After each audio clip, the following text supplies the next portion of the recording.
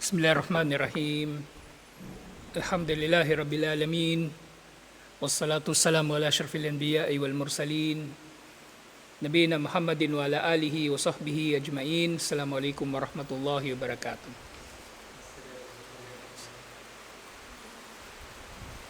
So ngayon, inshallah, tuloy na lang natin ito.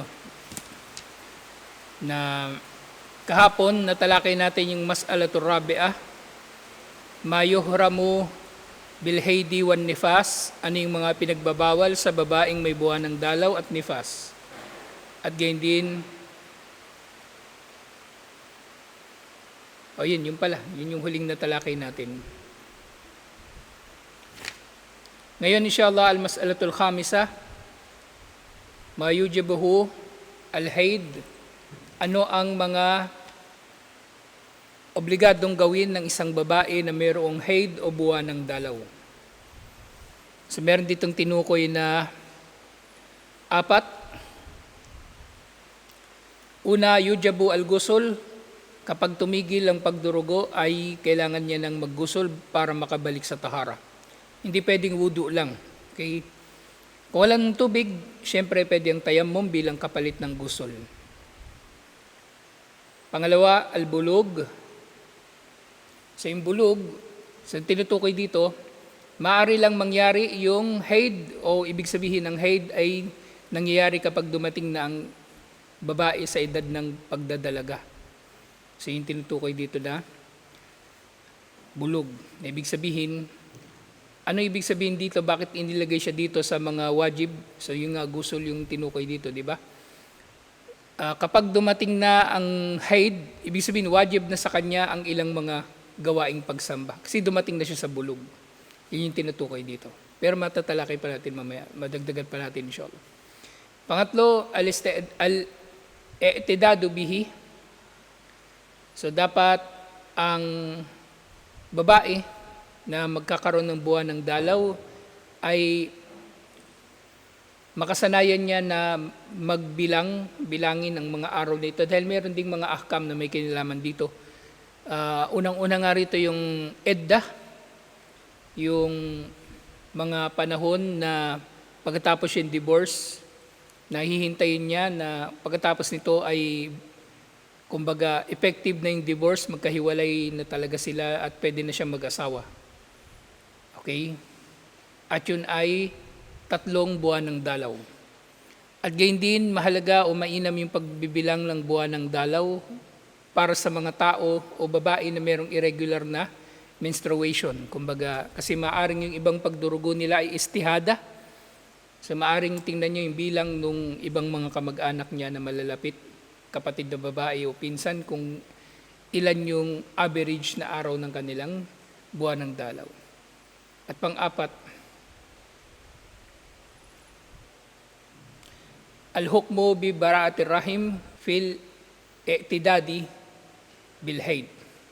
So una, na mga obligado dahil sa haid o nagiging obligado dahil sa haid o sa dahilan na nagkaroon ng haid o natapos ito.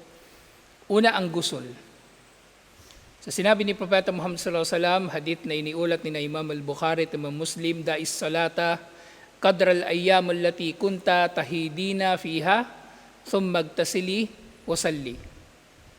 Sinabi ni Propeta Muhammad sallallahu alaihi wasallam, iwan mo ang sala, huwag kang magsala sa mga araw na ikaw ay mayroong buwan ng dalaw sa mga ito. At pagkatapos ay maligo ka, ibig sabihin wajib maligo, maggusul, at saka siya magsala. Kailangan niyang maggusul muna para makabalik sa tahara, saka siya pwedeng magsala. Ngayon sa usapin nga sa saum, sa fasting, ulitin natin para maintindihan ng lahat. Kung ang babae halimbawa ay tumigil ng kanyang buwan ng dalaw bago pa mag-adan ng fajar, pwede na siya mag-ayuno sa araw na yon kahit hindi pa siya nakapaligo. Okay? Halimbawa ang adan ng fajar, alas 4, 3:55, wala na siyang buwan ng dalaw. So pwede na siya mag-ayuno. Mag-intention siya na mag-ayuno siya sa araw na yun kahit hindi siya nakapagsahur.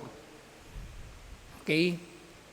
Pero syempre, kapag magsasala na siya, kailangan niyang maligo muna. Hindi kondisyon ng tahara sa pagsisimula ng oras ng pag-aayuno. So, dinugtong lang natin dito kasi nabanggit dito yung sala, na yun nga, kailangan niya munang maligo bago siya makapag-sala. At kabilang dito yung iba pang mga tinukoy, di ba? So, bago makipagtalik, kailangan maligo muna, maggusol muna. Ganon din yung paghawak ng Quran at pagbasa ng Quran, lahat ng ito'y pinagbabawal sa may buwan ng dalaw. So, dapat makabalik muna sa tahara ang babae sa pamagitan ng gusol bago niya magawa ang mga bagay nito. Pangalawa, ang albulog. So kapag dumating na ang buwan ng dalaw ng babae, kahit ano pa ang edad niya. At ang pinakamababang edad na naiulat na maaring magkaroon ng buwan ng dalaw ang babae ay 9 na taon. 9 years old. Pero syempre, syempre may mga rare cases din. Wala akong nabalitaan na mas mababa pa doon. Pero maaring mangyari. Pero syempre, pagka may ganon, dapat yung ipatingin sa doktor. Kasi yung pagdurugo, maaring hindi naman menstruation, maaring dulot ng sakit. Lalo na kung bata pa talaga yung babae. Pero si Aisha radhiyallahu anha, nung pinakasalan siya ni Propeta Muhammad sallallahu alaihi wasallam, 9 years old siya, yun ay yung panahon na meron na siyang buwan ng dalaw. So maaga silang nagdalaga. At meron talagang naiulat na may mga babae na maaga silang nagkakaroon ng buwan ng dalaw. Meron namang late na magkaroon ng buwan ng dalaw. Nasa mga 20 years old na hindi pa rin nagkakaroon. Pero sa ganung pagkakataon nga, sinabi ng mga scholar, yung edad na 15 years old, alin man ang mauna, ang haid o ang pagdating nila sa edad na 15, dumating na sila sa edad ng bulog o adolescence o pagdadalaga. Alin man ang mauna. Gayun din sa lalaki. Okay? Kung anong mauna, pagdating niya sa 15 years old o pagkakaroon niya ng wet dreams, dun siya matuturing na nagbibinata na. At syempre, ang bulog, kakibat nito yung taklif na nagiging obligado na sa tao yung mga gawaing pagsamba na obligado. Sala, fasting, at iba pa. Sinasabi sa isang hadith, iniulat ito ni Abu Dawud, la yaqbalullahu salata haidin illa bikhimar. Hindi tinatanggap ni Allah subhanahu wa ta'ala ang sala ng merong buwan ng dalaw. Faqad awjaba alayha as-satra bihusulil haid. So kailangan siya na umiwas sa sala sa pagdating ng haid. Fadalla ala anna taklif hasala bihi. Dahil ang hadith na ito ay nagpapatunay na dumating na sa babaeng dinatnan ng haid o nagsisimula ng buwan ng dalaw na siya ay obligado na magsala. So ito yung tinutukoy dito na taklif. Wa inna ma yahsulu bidhalika bil bulug, at ito rin ang nag-iisa kumbaga o pangunahin na batayan ng pagdating ng babae sa edad ng bulog o pagdadalaga. Al-i'tidad, ito yung pagbilang, pangatlo. Fatan kadil edda fi haqqit talaka wa nahwaha bil haid liman kanat tahid. So binibilang ang mga araw na maari ng mag-asawa muli ang babaeng hiniwalayan sa kanyang edda. Sinasabi, wal mutallaqatu yatarabbasna bi anfusihinna thalathata quru. Ang mga babaeng diniborsyo ay maghihintay, yatarabbasna, ibig sabihin maghihintay o ang tinutukoy dito, maghihintay ng panahon na sila ay pwede nang mag-asawa uli. Sa 3 kuru, yung 3 kuru, yung kuru na tinatawag dito yung menstrual period, yung pagdating ng 3 buwan ng dalaw niya.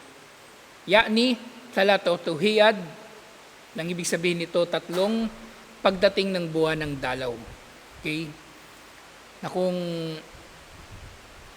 sa usapin na ito, natanong minsan, paano yung babae na regular yung kanyang menstruation, buwan-buwan, halimbawa, tuwing katapusan ng buwan dumarating, mas madali bilangin yun. Pero doon sa babae na irregular yung menstruation, minsan darating yun 1.5 month, 6 weeks, ganun. So may mga scholar na nagsasabi ganun din, bibilangin din yung kanyang menstruation, gaano man ito katagal. Kasi isa sa mga hikma rito, kung bakit hinihintay yung menstruation para matiyak na yung babae ay hindi buntis doon sa nauna niyang asawa. Okay? Kasi kung yung babae, hiniwalayan, tapos buntis pala siya, ang kanya magiging edda, kailan? Hanggang sa siya ay makapanganak.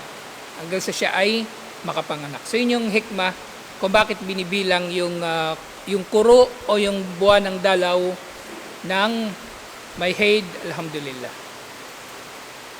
Sa pangapat, al-hukmo bi bara'atir rahim fil i'tidadi bil haid.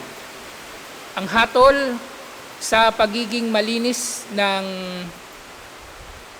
rahim ng sinapupunan, ibig sabihin wala siyang pinagbubuntis sa pagbibilang ng haid. So ito pala yung mas magandang translation nito. So sa Tanbih, sinabi, idha tahurat al-haid aw an-nufasa qabla ghurub ash-shams lazamaha an tusalli dhuhr wal asr min hadal yawm. So yung bara'atul rahim dito, so hindi lang pala sa pagbubuntis, pati doon sa sa pagtatapos ng buwan ng dalaw.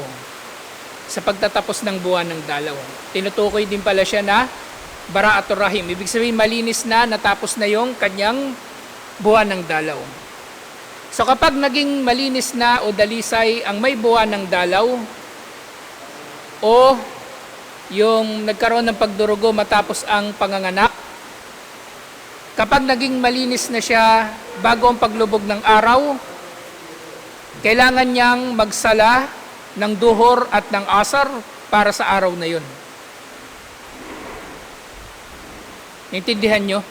Natalakay na natin ito nung nakaraan, pero dito binigyang diin na halimbawa yung babae, halimbawa sa araw na to, sabihin natin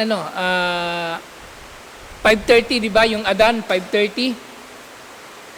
Kung natapos ang kanyang buwan ng dalaw ng 5:20 bago mag-adan ng Maghrib, tapos ang kanyang buwan ng dalaw, ibig sabihin wajib na sa kanya ang magsala ng dohor at asar para sa araw na yun. Okay? Ito hindi ito alam ng maraming mga babae. At ganon din doon sa yung sa sala na hindi niya nagawa dahil inabutan siya ng buwan ng dalaw. Halimbawa, nagkaroon siya ngayon na lang gawin nating sample ngayong araw, Friday. Bawa merong babae, nagkaroon siya ng buwan ng dalaw ng 3:30 ng hapon. Ang adan ng asar, oras siya? 3:00, di ba? Di pumasok na yung oras ng asar ngayong araw. Hindi siya nakapagsala ng asar. Kapag natapos yung kanyang buwan ng dalaw, kailangan niyang pagbayaran yung oras na yon ng sala ng asar kasi hindi niya yung nagawa. Utang niya pa rin yun na maituturing, okay? Utang pa rin niya yun. At ito nga, idadagdag din dito, syempre, yung sala na inabutan niya na siya ay malinis na mula sa buwan ng dalaw. Okay? So kung halimbawa, yung menstruation niya, nagsimula kanina 3:30, tapos natapos yon ng Lunes ng 5:00 ng hapon. Natapos yung menstruation niya Lunes 5:00 ng hapon. So, ibig sabihin, pag naging malinis na siya ng 5:00, siyempre maliligo na siya. Bayaran niya yung kanyang sala ng asar ng Thursday o Friday na hindi niya nagawa at magsasala siya ng duhur at asar para sa araw na yun ng Lunes bago pa siya magsala ng Maghrib. Okay? Bago pa siya magsala ng Maghrib. At ganyan din sinabi dito, وَمَنْ تَهُرَتْ مِنْهُمَا قَبْلَ طُلُوعِ الْفَجْرِ لَزِمَهَا أَنْ تُصَلِّي الْمَغْرِبَ وَالْعِشَاءَ مِنْ هَذِهِ اللَّيْلَةِ. So ganun din kung bago magfajar, ay naging malinis siya mula sa buwan ng dalaw, ay dapat pa rin niyang pagsalahan ang Maghrib at Isya nung nakalipas na gabi. Pero may mga scholar nagsasabi, syempre, kung dumating yung pagiging dalisay niya mula sa Haid, sa mga oras na wala namang sala, wala siyang kailangan pagbayaran doon. Okay? Halimbawa, malinis siya mula sa buwan ng dalaw ng alas 4 ng madaling araw, tapos ang Fajar ay 4:40. Ang ibang scholar, sabi nila, hindi niya kailangan pagsalahan yung Maghrib at Isya nung nakalipas na gabi. At maaari ring ganoon. Pero dito sinabi, kailangan pagsalahan. So, maaari ding gawin ito kasi maaring, kumbaga, yung tinatawag na ihtiyat para maging safe. Kumbaga, mas safe na pananaw ang ganito, inshallah. Lian na waqtus salat al-thaniya wa waqtus salat al-ula fi halil udur. So, dito, bakit pareho niyang gagawin ang Dohor at ang Asr at Maghrib at Isya na magkasama? Kasi itong dalawang sala na ito, ang Dohor at Asr at ang Maghrib at Isya ay pwedeng pagsamahin sa mga panahon na mayroong pagpapahintulot. Okay? Halimbawa, sa panahon na malakas ang ulan, pwedeng magsala ng magkasama ang Maghrib at Isya. Actually, dun sa pagsasama ng sala kapag malakas ang ulan, ang pinakamatibay na opinion dito, ginawa ito ng mga sahaba sa Maghrib at Isya, hindi sa Duhur at Asr. Sa Maghrib at Isya kasi madilim na, may panganib sa daan, maaring madulas o maputik, yun. Pero dito sa atin, alhamdulillah, wala naman yung mga ganong panganib. So hindi talaga tayo nag-jump dito ng sala. Isang beses lang nangyari na nag-combine dito ng Maghrib at Isya. Yung talaga, nung malakas yung ulan, tapos walang kuryente. Wala yata kayo dito nun, Manong, silibay nandito nun. Nag-combine kami ng sala, Maghrib at Isya, kasi malakas yung ulan, tapos walang kuryente, madulas yung daan, so doon lang kami nag-combine. Pero kung mga ibang pagkakataon, hindi kahit di na mag-combine, okay? Kasi yung iba kasi problema sa iba, parang sinasamantala rin nila yung mga ganong pagkakataon. Yung konting ulan lang, nagko-combine na, hindi ganon. Mas binibigyan diin natin na magsasala ang tao sa tamang oras, insyaAllah. Ang jamaah ay magsasala sa tamang oras kasi yun ang hinihintay ng tao. Yun ang inaasahan ng tao na gagawin ng sala sa jamaah sa tamang oras nito, inshallah. So, bakit pwedeng pagsamahin? So, kasi pwede naman talaga silang pagsamahin. Ano pang mga udor o dahilan na pwedeng pagsamahin yung sala bukod dun sa malakas na ulan? Sa paglalakbay, pwedeng pagsamahin yung sala, di ba? Sa salatul musafir. At bukod sa jump na tinatawag, meron tinatawag na kasar, yung pagpapaikli ng sala. So, pwede rin mangyari yun.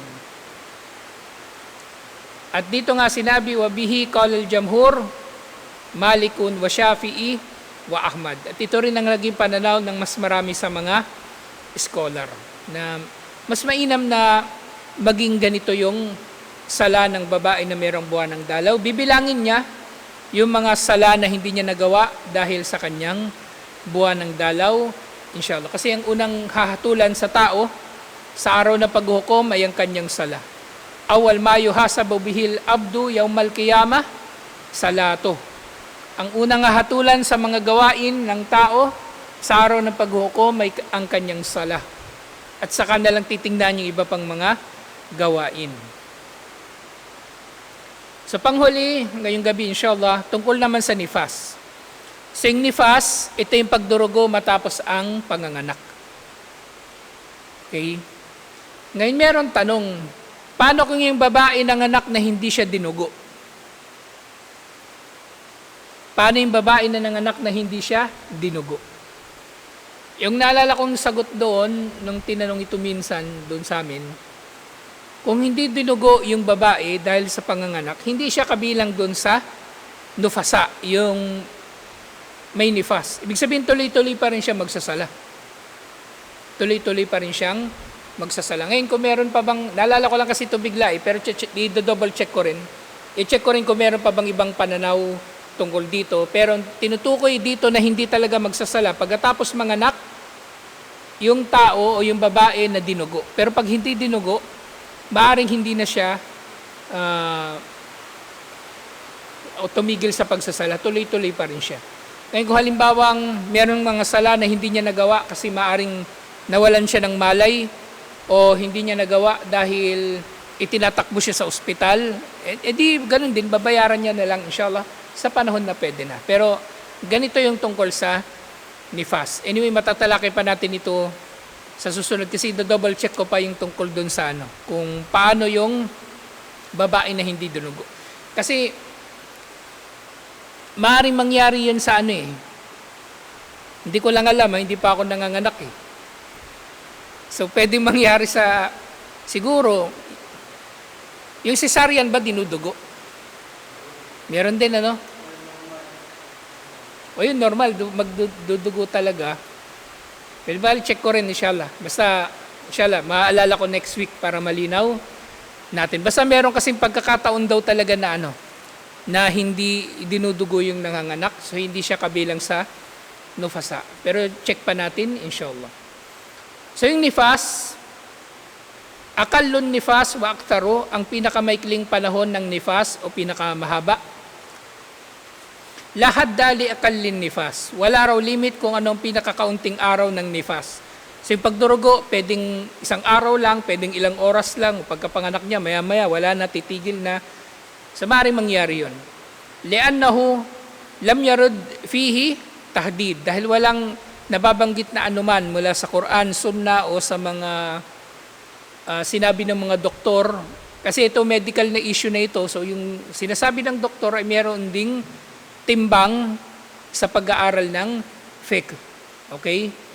Actually sa panahon natin ngayon, sa makabagong panahon, yung mga scholar natin, nagtatanong na rin sila sa Nagtatanong na rin sila sa mga accountant, sa mga bankers, nagtatanong sila sa IT expert, lahat ng tao na eksperto sa anumang subject matter, tinatanong nila.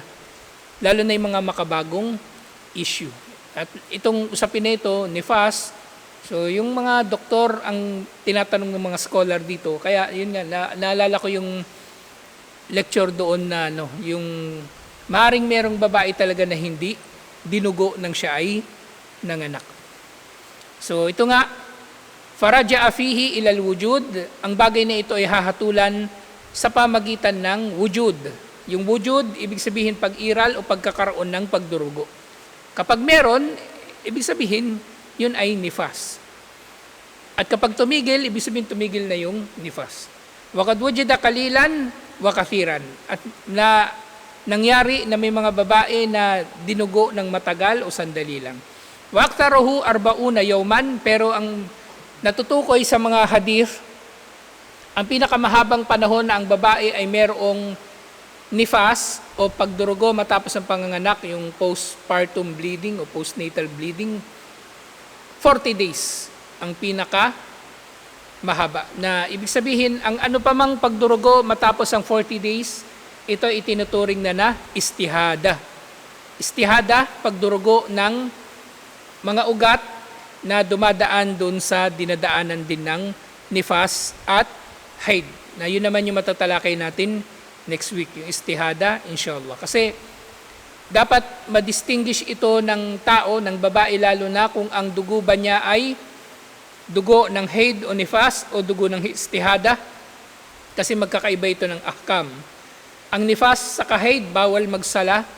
Pero sa istihada, pwedeng magsala pero kailangan niya magwudu tuwing siya ay magsasala. Kailangan niya magwudu tuwing siya ay magsasala. So dito, sinabi ni Imam At-Tirmidhi rahimahullah, ajma'a ahlul ilmi min ashabin Nabi sallallahu alaihi wasallam wa man ba'dahum ala anna an-nufasa tada'is salah 40 yawman illa an tarat tuhur qabla dhalik. Napagtibay mula sa mga sahaba ni Propeta Muhammad sallallahu alaihi wasallam at ng mga tao pag na dumating pagkalipas nila na hindi nagsasala ang mga nufasa, ang mga babaeng may pagdurugo matapos ang panganganak ng 40 days. Liban na lang na mauna nang tumigil ang kanilang pagdurugo. Alin man ang mauna, 40 days o yung pagtigil ng pagdurugo, pagkatapos noon, maliligo na sila, fatagtasil wa tusalli. Maliligo na sila at magsisimula na silang magsala. At merong hadith, iniulat ito ni Abu Dawud, kanatin nufasa ala ahdin Nabi sallallahu alaihi wasallam tajlisu arba'ina yawman. Ang mga nufasa nung panahon ni Propeta Muhammad sallallahu alaihi wasallam ay hindi nagsasala at hindi gumagawa ng iba pang gawain na bawal sa kanila sa loob ng 40 days. So yun yung limit. Kapag may sumobra pa doon, yun ay istihada. O kapag tumigil ito bago pa ang 40 days, ibig sabihin malinis na siya, pwede siyang maligo at magsimulang magsala. Pero syempre, maaring nangyayari din naman na yung babae, halimbawa titigil, di ba? Tapos akala niya malinis na, tumigil na, maliligo na siya, magsasala. Tapos meron na namang dugo. So sa ganung pagkakataon, so maaring tumigil na uli siya sa pagsasala. Inshallah, dahil maaring bumalik yung haid o bumalik yung pagdurugo ng nifas, walang problema doon. Kasi siya ay kumilos at naghatol sa kanyang sarili ayon sa pinaka nalalaman niya sa bagay na yaon. Alhamdulillah. So ganun yung tayo palagi kapag sa lahat ng bagay, maghahatol tayo ayon sa kung ano yung tinatawag na galabatud dhann. Galaba, ibig sabihin mas matimbang, pinakamatimbang, at yung dhann, pag-aakala. Yung pinakamatimbang sa ating pag-aakala, inshallah. Kasi limitado naman yung kaalaman natin, limitado yung pang-alala natin, yung memory natin. Minsan kahit sa sala, hindi natin maalala ilan na ba yung naitayo natin, 3 o 4. So, tayo ay kikilos ayon sa ating galabatud dhann, inshallah. So itutuloy natin to next week at tatalakayin na natin yung tungkol sa istihada. Inshallah, at iba pang ahkam dito. So hanggang dito na lang. Assalamualaikum warahmatullahi wabarakatuh.